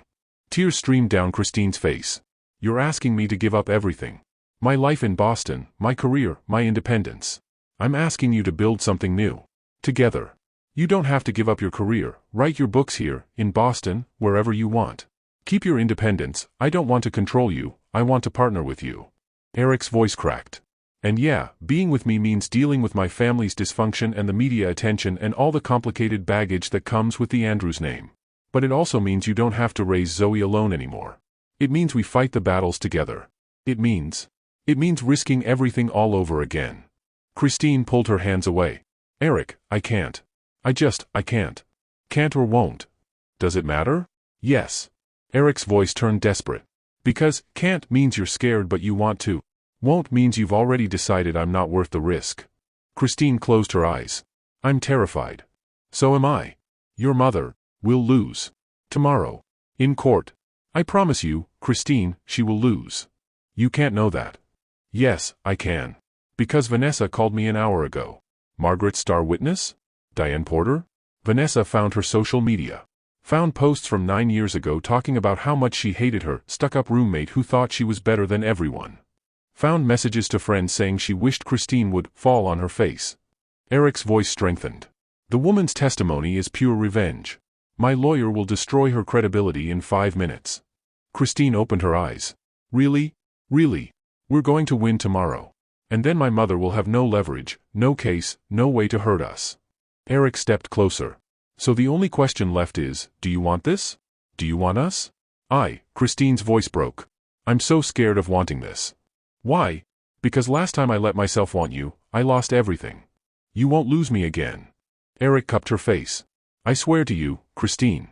You won't lose me again. She searched his eyes for a long moment. Then, so quietly he almost missed it, ask me again. After the hearing. When we know it's safe. It wasn't a yes. But it wasn't a no. Okay, Erik whispered. After the hearing. He kissed her forehead, forced himself to step back, to walk away even though every instinct screamed to stay. Tomorrow. They'd win tomorrow. And then he'd ask again. And maybe, she'd say yes. The Chatham County Courthouse was a neoclassical building on Bull Street, all white columns and southern grandeur. Erik arrived at 8:30 Monday morning, his lawyer beside him, Vanessa at his back. A small crowd of reporters had already gathered on the steps. Christine pulled up 5 minutes later, her mother Simone at her side. Zoe wasn't with them. Erik's lawyer had argued successfully to keep her out of the courtroom. Christine wore a navy suit, her hair pulled back, minimal makeup. Professional. Untouchable. But when her eyes met Erik's across the courthouse steps, he saw the fear. Ready? He mouthed. She nodded. They went inside together. The courtroom was smaller than Erik expected. Wood paneling and fluorescent lights and the smell of old paper and anxiety. Margaret sat on the opposite side with 4 lawyers arrayed around her like an army. She looked at Erik with such cold fury that he almost flinched. Almost. Instead, he took Christine's hand and held it tight. The judge entered, a black woman in her 60s named Judge Patricia Harper. Erik's lawyer had researched her extensively, fair, no nonsense, 3 daughters of her own. This is an emergency custody hearing regarding the minor child Zoe Andrews Tillman, Judge Harper said. I've reviewed the initial filings. Mrs. Andrews, your petition alleges that Ms. Tillman is an unfit parent. That's a serious charge. I hope you have evidence to support it. Margaret's lead lawyer stood, a sharp-eyed white man in an expensive suit. Your Honor, we can demonstrate that Ms. Tillman has a pattern of dishonesty, extortion, and placing her own interests above her child's welfare. Your Honor, if I may. Erik's lawyer rose. Before we proceed, the defense would like to submit evidence that fundamentally undermines Mrs. Andrews' entire petition. And then, for the next 30 minutes, Erik watched his mother's case disintegrate. Vanessa's evidence. The emails planning Christine's removal. The threat assessment Margaret had commissioned on Christine's family. Recordings of Margaret coaching her lawyers on how to handle the situation. Financial records showing the $40 million was withdrawn directly to a trust fund for Zoe, not to Christine personally. Margaret's face went from confident to pale to furious. Her lawyer tried to rally. Called Diane Porter to testify. Erik's lawyer destroyed her in 4 questions, using her own social media posts to prove bias. Then Christine took the stand. Erik watched her sit in the witness box, spine straight, hands folded, and tell their story. The truth, plain and simple. How she'd loved Erik. How Margaret had threatened her. How she'd spent 9 years raising Zoe alone, building a career, creating a safe life for their daughter. Do you believe Erik Andrews is a fit father? Christine's lawyer asked. Yes. Christine's voice didn't waver. He's proven over the past 3 weeks that he loves Zoe. That he wants to be part of her life for the right reasons. That he'll protect her. And Mrs. Andrews? Do you believe she should have custody? No. Christine looked directly at Margaret. Mrs. Andrews threatened my family to force me away from my child's father. She lied to both of us for 9 years. She filed this petition not because she cares about Zoe's welfare, but because she wants to punish me for daring to come back. That's not love. That's control. And I won't let her control my daughter. The courtroom was silent. Judge Harper looked at Margaret. Mrs. Andrews, do you wish to testify? Margaret's lawyer whispered urgently in her ear. She shook her head. Very well. Judge Harper reviewed her notes. I'm prepared to rule. Erik's hand found Christine's under the table. This case is, frankly, one of the most egregious abuses of the family court system I've seen in 20 years on the bench, Judge Harper said. Mrs. Andrews, the evidence shows that you systematically manipulated 2 young people, separated a father from his child, and are now attempting to use this court to continue that manipulation. I am denying your petition for custody in its entirety. Furthermore, I'm ordering you to have no contact with the minor child Zoe Tillman without the express consent of both parents. If you violate this order, you will face contempt charges. Margaret stood abruptly. Your Honor. I'm not finished. Judge Harper's voice turned to ice. I'm also referring this matter to the District Attorney's Office for potential criminal investigation into the threats you made to Ms. Tillman. You may wish to consult with your attorneys about that. Margaret's face went white. Ms. Tillman, Mr. Andrews, you have full custody of your daughter. I suggest you work together to create a formal parenting plan. This court is adjourned. The gavel fell. And just like that, it was over. Christine turned to Erik, eyes wide with shock. We won, she whispered. We won. Erik pulled her into his arms. Christine, we won.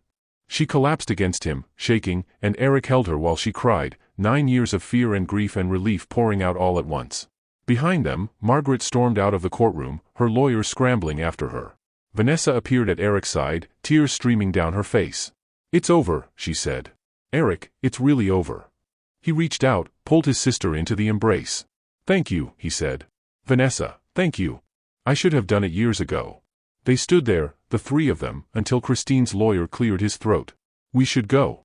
Before the reporters descend. They slipped out a side entrance, emerged into blinding July sunshine. Simone was waiting on the steps, Zoe beside her. Mama. Zoe ran forward. What happened? Did we win? Christine dropped to her knees, grabbed her daughter. We won, baby. We won. So I get to stay with you? Yes. Forever. No one's taking you anywhere. What about Daddy? Zoe looked at Erik. Does he get to stay too? Erik's throat closed. Christine stood slowly, still holding Zoe's hand. She looked at Erik, really looked at him, and he saw everything in her eyes. The fear, the hope, the love she'd been trying so hard not to feel. That depends, Christine said softly. Do you want to stay? Erik crossed to them, knelt down so he was eye level with Zoe. More than anything, he said. If you and your mama will have me. Zoe looked at Christine. Mama? Can Daddy stay? Christine's eyes filled with tears again. Yeah, baby. Daddy can stay. Zoe threw her arms around Erik's neck. Good. Because I already told him about Dr. Octavius, and if he left I'd have to start over with someone new and that would be annoying. Erik laughed through his own tears, held his daughter close. And when he looked up, Christine was smiling. Really smiling. For the first time since she'd come back to Savannah. They had won. The battle was over. And their life, their real life, the one they should have had 9 years ago, was finally beginning. They went back to the guest house. All of them, Erik, Christine, Zoe, Simone, Vanessa, Booker and Naomi still in their post-wedding glow. Someone ordered pizza. Someone else brought champagne. And they sat in the small garden behind the Whitaker Street house and celebrated. Tell the story again, Zoe demanded for the third time.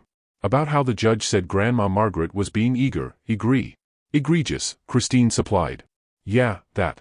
Tell it again. Erik exchanged a glance with Christine over their daughter's head. They'd have to deal with the Margaret situation eventually, figure out if Zoe would ever have a relationship with her paternal grandmother, navigate those complicated family waters. But not today. Today they could just be happy.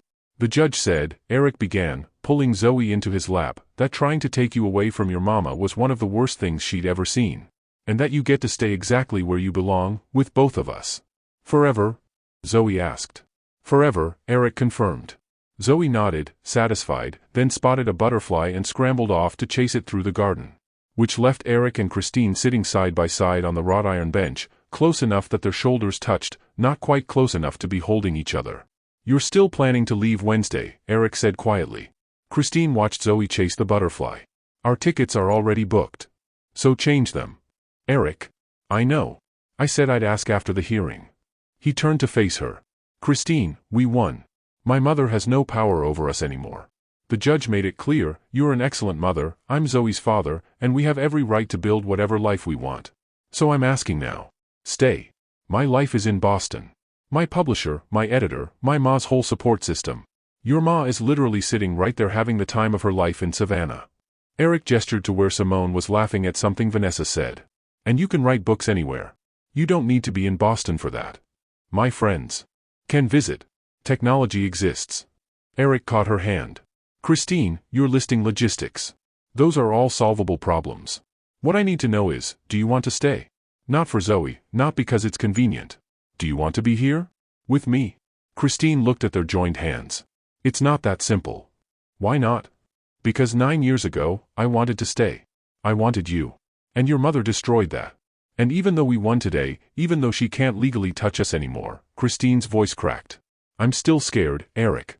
I'm scared that if I stay, if I let myself want this life with you, something will go wrong. Someone will take it away again. No one's taking anything. Erik squeezed her hand. Christine, look at me. She did. Those brown eyes full of fear and hope and love she was still trying to protect herself from feeling. I can't promise nothing will ever go wrong, Erik said. Life doesn't work that way. We'll argue about stupid things. We'll have hard days. Zoe will be a teenager eventually and hate us both. But I can promise that I will never leave. I will never choose anything, not a company, not my family name, not my inheritance, over you and Zoe. You are my priority. You are my family. And I will spend every single day proving that to you. Tears spilled down Christine's cheeks. You can't know. I walked away from $1 billion company for you. I exposed my mother's crimes on national television. I got on my knees in a courtroom and fought for our daughter. Erik's voice strengthened. What more do I have to do to prove I'm not going anywhere? I don't know, Christine whispered. I don't know if I can trust this. Trust us. Erik's heart cracked, but he nodded. Okay. Okay? If you need to go back to Boston, go. Take whatever time you need. I'll come visit. We'll do long distance. We'll figure out custody arrangements. He lifted her hand, pressed it to his chest. But know that I'm here. That I'll wait. That when you're ready to believe this is real, I'll still be right here. Christine stared at him. You'd really do that? Wait for me. I've been waiting for you for 9 years. I can wait a little longer. Erik, her voice broke. Mama. Daddy. Come see. Zoe's voice rang across the garden. The butterfly landed on the fountain.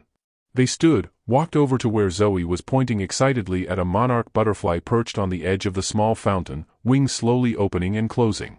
It's beautiful, Christine said softly. Like you, Erik murmured. Christine looked at him, something shifting in her expression. Then Zoe said, very seriously, if you guys get married, can I be the flower girl again? Because I was really good at Aunt Naomi's wedding and I think I could do even better with practice. Erik choked on air. Christine went very still. Zoe, baby, we're not, Christine stammered. Why not? Zoe looked genuinely confused. You love each other, right? That's what Grandma Simone said. And Daddy asked you to marry him in the garden that night. I heard from the window. You were eavesdropping? Christine asked weakly. No, you were just loud. Zoe turned to Erik. So are you gonna ask again? Because Mama said to ask after the hearing, and the hearing was today, so. Erik looked at Christine. She was frozen, eyes wide, clearly torn between mortification that their 8-year-old had overheard everything and something that looked a lot like hope. Well, Erik said slowly. Your mama did say to ask after the hearing. Erik, you don't have to. But Erik was already dropping to one knee. Right there in the garden, in front of their daughter and both their families and the butterfly still sitting peacefully on the fountain, Erik pulled a small velvet box from his pocket. Christine's hands flew to her mouth. You have a ring? I've had it for 3 days. Been carrying it around waiting for the right moment. Erik opened the box. The ring inside was simple, elegant, a single oval diamond on a platinum band, small enough to be tasteful, beautiful enough to take Christine's breath away. Turns out the right moment is whenever our daughter tells me to get on with it. Despite her tears, Christine laughed. Christine Tillman, Erik said, voice steady even though his hands were shaking. 9 years ago, I let you go because I was too weak and too scared to fight for us. I spent 9 years regretting that choice, mourning what we could have been. And then you came back. You gave me a daughter I didn't know I had. You gave me a second chance I didn't deserve.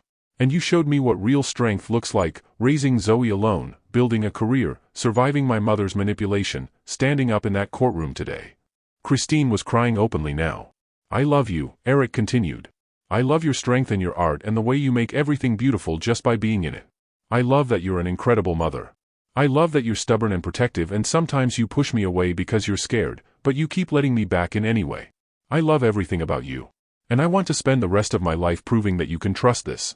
Trust us. Trust me. He held up the ring. So I'm asking, Christine, will you marry me? Will you stay in Savannah and build a life with me? Will you let me be Zoe's father and your partner and the man who gets to wake up next to you every morning? Will you take a chance on forever? The garden had gone absolutely silent. Even the crickets seemed to be holding their breath. Christine looked at the ring. At Erik. At Zoe, who was practically vibrating with excitement. What about Boston? She whispered. We'll keep your apartment. Visit whenever you want. Hell, we can split time if that's what you need. What about your company? I told you, I resigned. I'm done with Andrews Maritime. But Booker and I are starting our own consulting firm. Smaller, independent, on our terms. Erik smiled slightly. Turns out walking away from billions is pretty freeing. Your mother is legally barred from contacting us and facing potential criminal charges. She has no power here anymore. Erik's voice gentled. Christine, you keep listing obstacles. But I need to know, do you want this? Do you want me? Christine looked at him for a long, endless moment. Then she whispered, I'm terrified. I know. I've spent 9 years protecting myself. Protecting Zoe. I don't know how to stop. So don't stop. Protect yourself. Protect Zoe. But let me help you. Let me be part of that protection instead of a threat to it. Christine closed her eyes, took a shaky breath. When she opened them, they were full of tears and hope and something that looked like surrender. Okay, she breathed. Erik's heart stopped. Okay? Yeah. A smile broke through her tears. Okay, I'll marry you. Okay, I'll stay. Okay to all of it. Really? Really? Christine laughed through her tears. I'm still terrified. I'm still going to push you away sometimes when I get scared. I'm still going to wake up some mornings and wonder if this is real or if I'm going to lose you again. But I love you. I've loved you for 9 years, even when I was trying not to.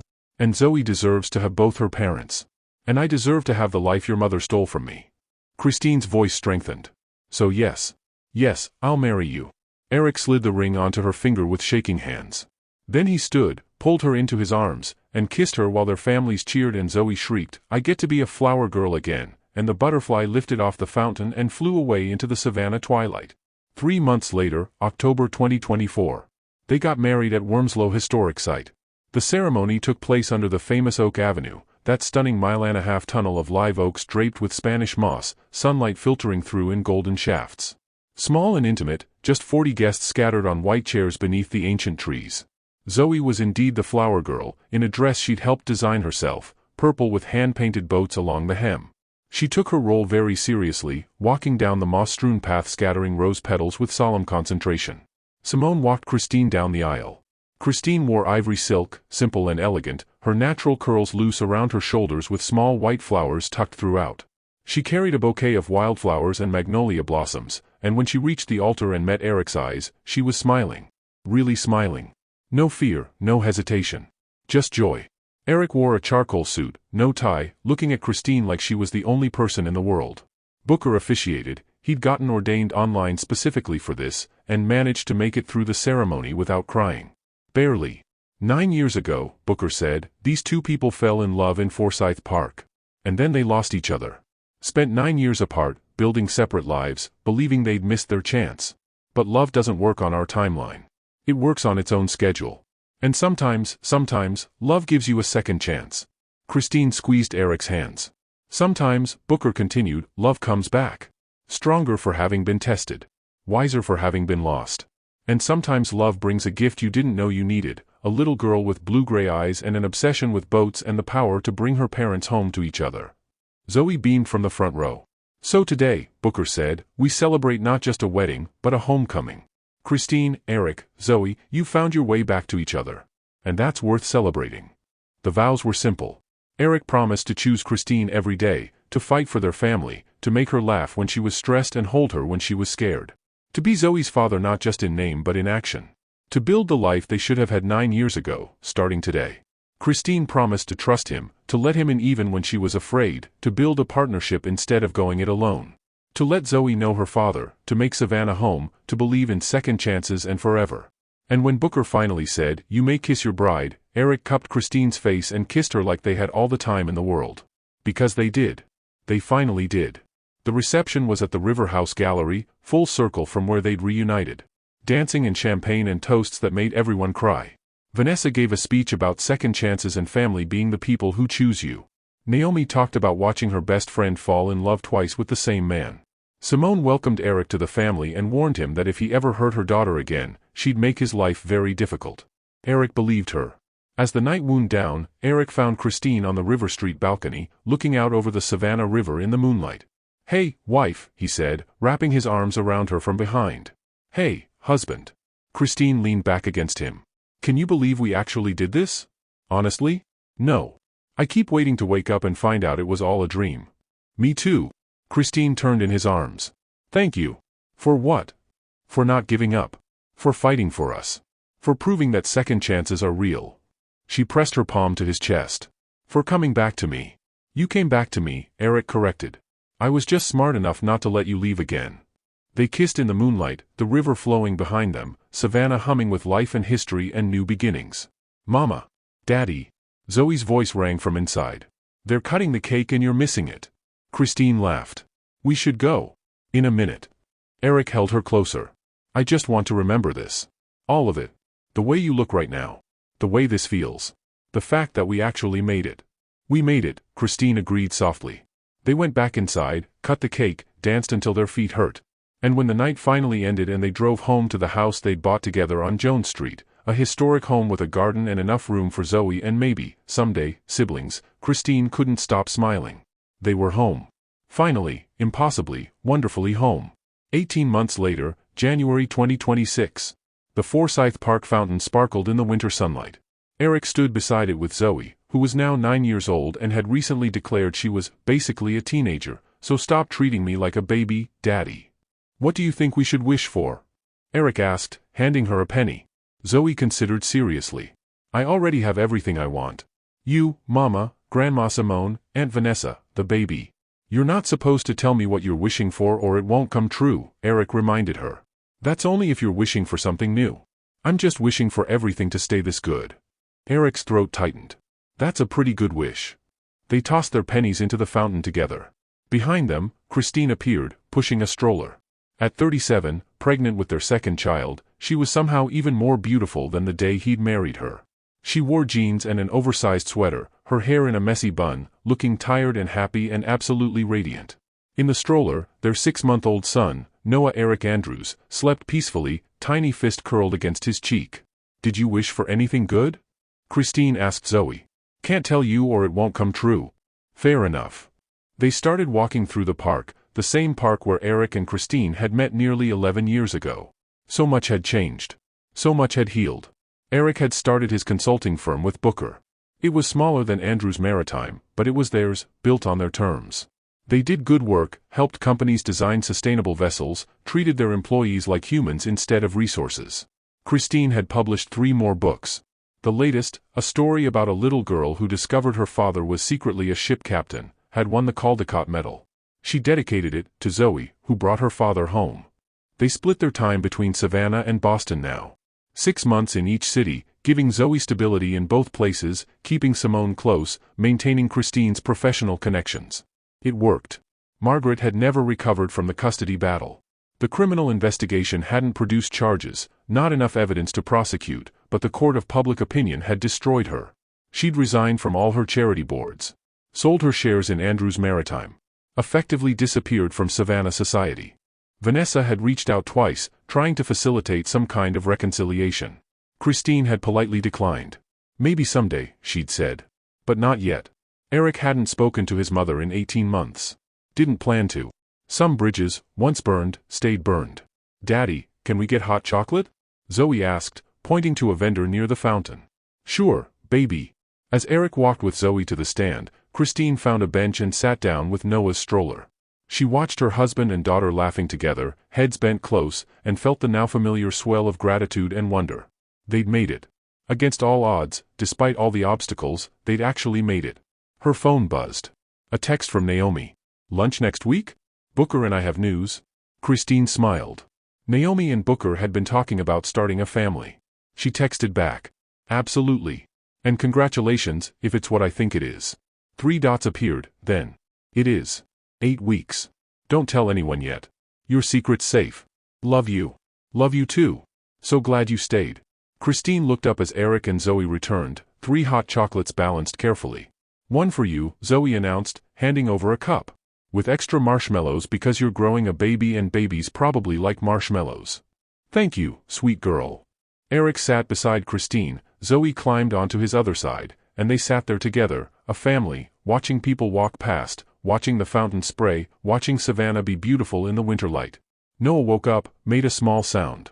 Christine lifted him from the stroller, and immediately Erik's arms were there, taking their son, cradling him with the easy confidence of a man who'd learned how to be a father. Zoe leaned against Erik's shoulder. Tell the story again. Which story? Erik asked, though he knew. About how you and Mama met. Right here. At this fountain. It had become their ritual, coming to Forsyth Park, making wishes, telling the story of how two people had fallen in love and lost each other and found their way back.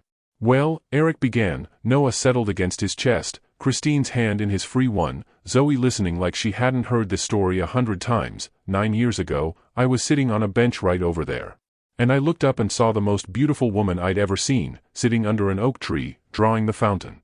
Christine rested her head on his shoulder and listened to her husband tell their daughter the story of how they'd fallen in love. And as the winter sun filtered through the live oaks and the fountain sprayed its eternal arc and their children breathed softly between them, Christine closed her eyes and made a wish. Not for anything new. Just for this family, this love, this improbable, impossible, perfect life, to last forever. The fountain sparkled in the afternoon light. And Christine knew, with absolute certainty, that some wishes really did come true. The end. Wait, before you click away. If you loved Christine and Erik's story, I have something special for you. We upload a brand new 60-minute romance story every week. That's 4+ hours of emotional, dramatic, swoon-worthy content every month. Completely free. But here's the thing, YouTube only shows our videos to people who subscribe and turn on notifications. If you don't do both those things right now, you'll literally miss the next story. And trust me, you don't want to miss what's coming. These stories are coming, but you'll only see them if you subscribe and turn on that notification bell. Do it right now, it takes 2 seconds. And if this story made you feel something, if you teared up, smiled, or felt that flutter in your chest, smash that like button. It's free, it takes half a second, and it helps us create more stories like this. Finally, what did you think? Are you Team Christine or Team Erik? Did Margaret get what she deserved? Should Vanessa have interfered sooner? Comment and let's discuss. Thank you for watching. Now go subscribe so you don't miss the next one. See you soon.